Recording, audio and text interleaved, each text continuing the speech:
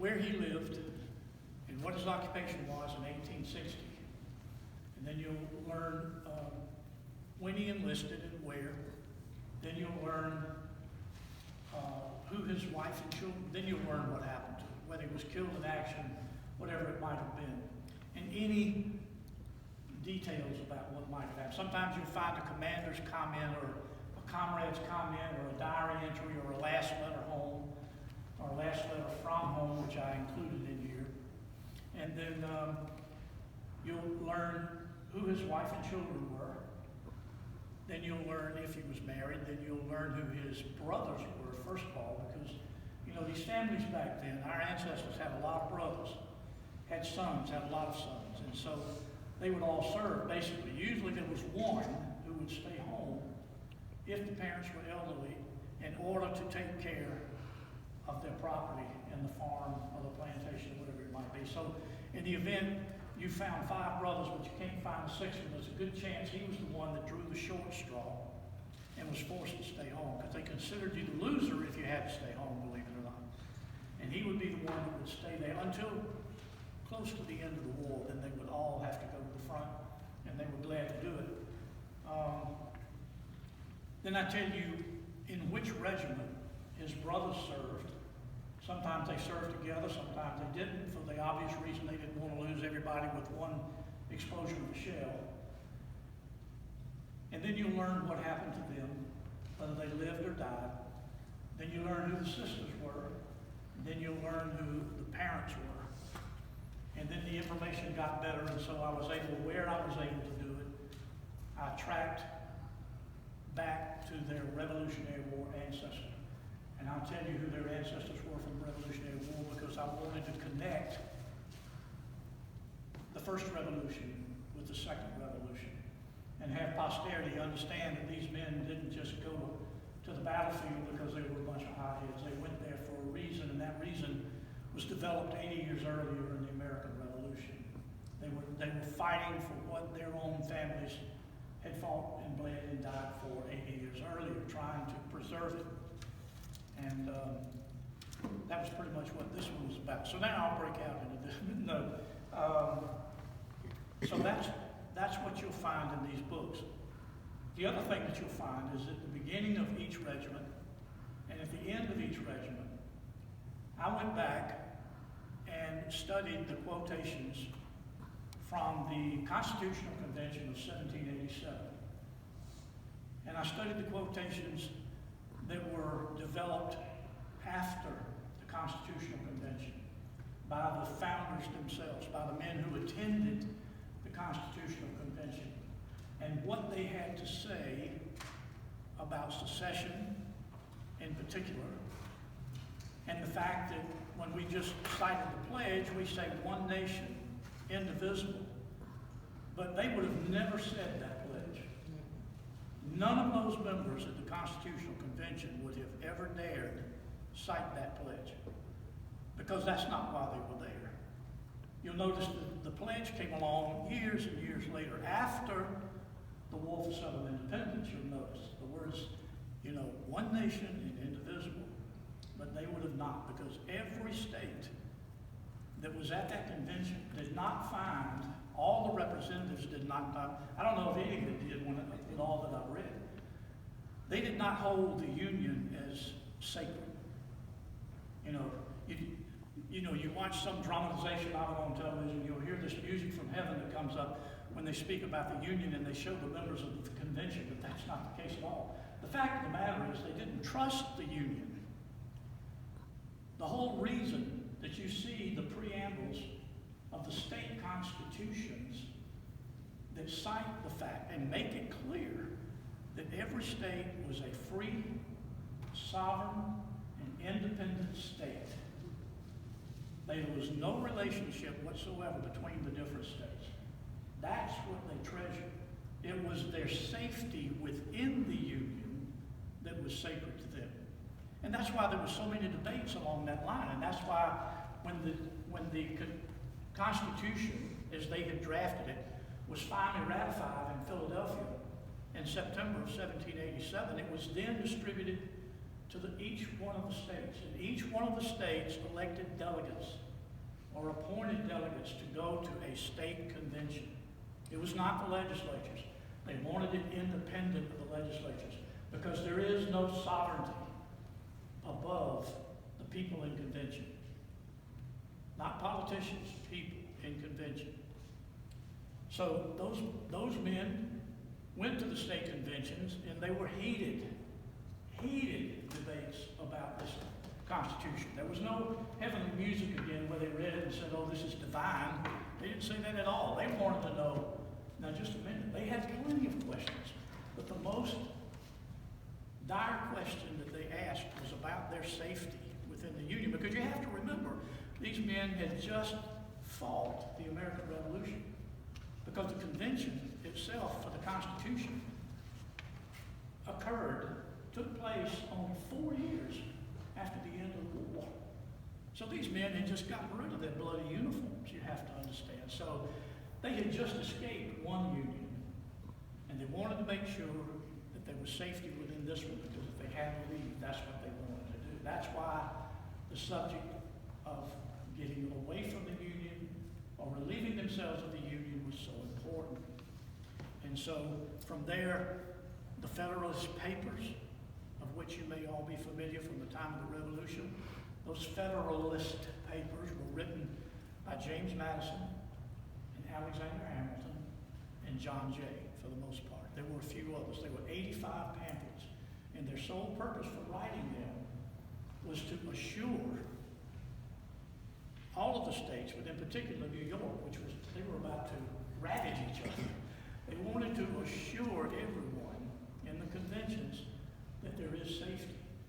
And there are just some beautiful quotes from these men that I have here that will show you, whenever you hear us about Southerners being traitors, that our ancestors were treacherous. You know, that's not true at all. And what they wrote, because you have to remember, James Madison is considered the father of the Constitution. He attended every session, didn't miss a single session from May until September when it was ratified. And he kept detailed notes. He cited everybody that stood up and said a word. He said what they said. He said whether the motion was tabled or whether it was adopted and what the vote was. He recorded everything. And that's where his notes and some of the others, Pinckney from South Carolina for one, it's from their notes that we know what occurred, because you have to remember the convention was private. There were no spectators. So, and Alexander Hamilton, of course, had been a captain in the artillery in the American Revolution. He went on to become the first treasurer of the United States under George Washington. And he wrote the other group of the Federalist Papers. And I will just read you. I could read you their quotes, but I won't read you this one in particular, and then we'll get back to the book. I'm sorry I got off on a platform here, but this is one of my favorite topics simply because our people were considered traitors, and there was nothing. There was a man named William Rawle.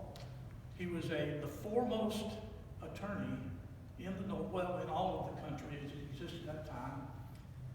He was an attorney general of the United States. Well, he was a district attorney of the United States, but he also was asked by George Washington to become the first attorney general. And he was also, and most importantly, considered the foremost authority on the Constitution. There was nobody in the country other than maybe James Madison, and I'm sure they had conversations, who knew more about the Constitution than William Rawle. And he was, of course, on call for around the country, as small as it was then, for most anything that had to do with legalization of anything. So William Rawle, in about 1820, published a book called A View of the Constitution. And it was, read, and then it was just lauded throughout the country. It was applauded. And it became, in 1825, it became the textbook for West Point on instruction for the cadets in the government of the United States. and the Constitution especially. And that, it was the textbook for West Point from 1825 until 1859, for 34 years. It was so well respected, it was so well thought of, it was so lauded, that nobody dared try to counter what he had, and West Point never adopted any other textbook except that one, of course, until after the war. But I'm going to read you what's written, just very briefly, in his textbook. Quote, "The secession of a state from the Union depends upon the will of the people within that state. The Constitution of the United States is, to a certain extent, incorporated with the constitutions of the several states by the act of the people. The United States government did not give us the Constitution. The United States government, the central government, was created by the states in convention. They didn't have any powers except what the delegates at the Constitutional Convention gave that government. They didn't create anything. You have to remember that. That's extremely important. There is nothing more certain than that the act of secession should be deliberate, clear, and unequivocal. The perspicuity, you had to look that up. That means clarity and eloquence. Some of you probably do that. Clarity and eloquence and solemnity of the original obligation, the original pledge to the Union, require correspondent qualities in its dissolution. In other words, you don't just up and say, we quit, we're leaving, we're out of here. You have to go through certain procedures, and we did. We went to a secession convention, we had delegates elected, we went to the convention, we debated the topic, a vote was taken, just like they did for the Constitution, and we voted to secede. It depends on the state itself to retain or abolish the principle of representation, because it depends on the state itself whether it continues a member of the Union.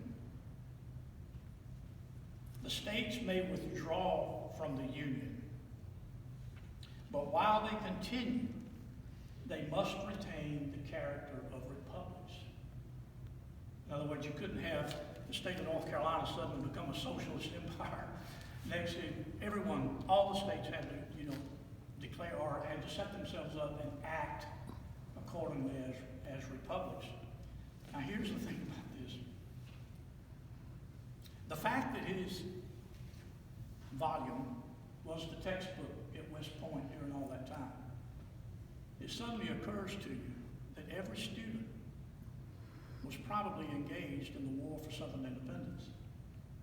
That means that every West Point educated officer on the North and the South knew that the South had the right to secede. That's exactly what they had been taught. And the sad thing is that the officers on the northern side knew this while they were laying waste to the South. That's pretty sobering when you think about it. So, that's an example. This will give you, that's an example of what you'll find in this book as well. At the beginning of each regiment and the end of each regiment, as I said, you'll find quotes from the founders themselves, from the Constitutional Convention, and from their notes afterwards, especially James Madison. You remember James Madison lived until 1836. And Thomas Jefferson himself and John Adams lived until 1825. Both died on the same day. Great friends, and died exactly, believe it or not, founders of the company, July 4th, 1825. And Adams' last words before he died was, "Jefferson lives." He didn't know that Jefferson had died just a few minutes before he had.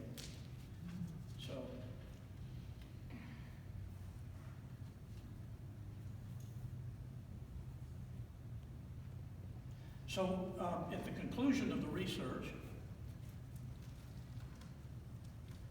for the artillery, the first volumes that I decided to produce was the artillery volume, and then the cavalry. This lists all the men, I shouldn't say all, this lists the men, some of the men who died in the South Carolina Artillery for South Carolina. And in this volume, there are over 600 names of men who do not appear in Mr. Kirkland's Broken Fortunes. I found a total of over 600 soldiers who died that are not in his volume. And then the cavalry list all those, naturally, that were on the romantic horseback side, as it was supposed to be, and swashbucklers, you might say. And the same holds true with this volume, 600. There are over 1,200 men that appear in these two volumes that are not in Broken Fortunes. That's 1,200 men that have never been listed before as having died for our state in the war. I work on the infantry every day, as Susan will tell you, and she's been a saint through all this, believe me. She really, really has. She's been the greatest support in the world. She attends every convention, every this, and sometimes she'll look at me when I'm sitting around and say, "Chop, what are you doing down there? You need to be," and she does. You need to be in the office. So I'll drag myself, and I sprint up the steps and get back at it. And the infantry, of course, will take a little while longer because we had so many more soldiers die in the infantry naturally, and where most of our ancestors served than we did in either one of these. Today, I have found, probably doing some counting up the other day, total with the artillery, the cavalry, and the infantry, there'll be about 5,200 soldiers that died for South Carolina that are not listed. And their names were just buried in different places. 75% of those names, though, came from the compiled service records, what the adjutant said about them, which I'm pleased with. What he said was pretty much accurate. And if you ever see with an ancestor the word deserted this day, or he might have, there's a real good chance he did not. Because the adjutants all too often did not get the word from the field hospitals or the regimental hospitals in the back that a particular soldier had died, but the soldier never came back, so they would list them as deserted or AWOL, but they weren't. Unfortunately, they had passed, and he never got the word, especially late in the war. And you'll also see in some cases, you'll see a card. I'm sure all of you probably have looked at the compiled service records. You know what I'm talking about, the index cards or the file cards. One of them, as you know, is a file card, what you might call a surrender card from Appomattox or Greensboro. And just because you find one of those in your ancestor's file does not mean that he didn't die. Because all too often I have found those, but I have proof positive that he died. So we're not sure how they handled the surrender itself at those two places. Whether the adjutant, if he was there, or an officer of the particular regiment walked up and handed the surrender officer, the northern guy, handed him a roll and said, "This is the roll of our outfit that we have right now." And so he just copied the roll, not knowing that some of those men had died 3 days ago or on, leaving Charleston and what have you. There's something they just listed. Or whether each man had to walk up to him and say, "My name is so-and-so, my regiment is so-and-so," and then he made the copy. I doubt seriously that's how it was done. They'd still be there if that's the way that it had been done. But take note of those two things. I'm glad to say that I have discovered quite a few times a note in a file or record that says deserted, something of that nature, but I was able to prove that he did not. And so, now, each book, of course, has a table of contents. It's real easy to find an ancestor. There are a lot of people who have no idea in which regiment their ancestors served. So at the front, you'll find a table of contents, but in the back, you'll find an index. And if you know that your ancestor served in the cavalry, then you can simply go to the back and find the index, and you will be able to look up the page numbers on from there. And then hopefully your ancestor, I was able to find a lot of information on his family and be able to relate that. And anywhere in the book you see an asterisk beside a soldier's name, that indicates a soldier who's never been listed before. And then where you see what they call a double dagger next to his name. That indicates a soldier who's not the only one from his family that died. That he had brothers that died, his father may have died, his immediate family, if you included cousins, for crying out loud, there would be, and the toll that was taken on these families, because in most cases they lived in communities, and most of these men served together from the same community. They knew each other and wanted to do that. And it is amazing, but one of the most amazing things that you'll read in here too is in, say, 1864, all of the 16-year-olds that just rushed to enlist. They were too young when the war started. But by 1864, they were eligible. And in a lot of cases, and I highlight them in here, they had already lost brothers who were killed in action, older brothers who they never saw again, killed in action or died of wounds, or off in the west somewhere in Mississippi or in Virginia, wherever it might be, or they may have even lost a father. And they watched their cousins go off to war and die. They saw these men and boys come back maimed, maimed for life and what have you.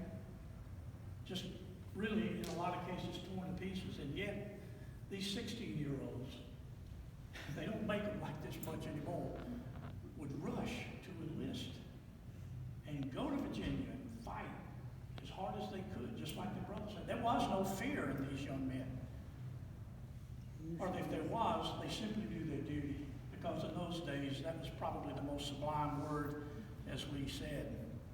And they went, but here's the other courageous part of the equation, are the parents that let him go. Think about that. The mother and the father have already lost 3 out of 4 sons, possibly, and they're in here just like that. 3 out of 4, and they look at this 16-year-old and bless his departure and hope they'll see him again. To me, those two things are just beyond comprehension to me. I have a grandson. He's 19. And I'm just glad there's no war going on. I tell you what, it's I can't imagine, seeing that happen. But it did. And you'll find those stories in here too, because where there were families that suffered prodigiously, I tried to make it clear. You'll see here, this particular family, can't read it upside down, can't read it here. The Sellers, probably from Marion, yep. The Sellers family. And this is the story of this soldier, Joseph Sellers. Here, it tells you all about his family and what have you. But because, and you'll see that double anchor there after his name there. It's too small for you folks to see, but it's there. And then here, in those decorative brackets, is a highlight of what happened to this family. Because if I wanted it to attract attention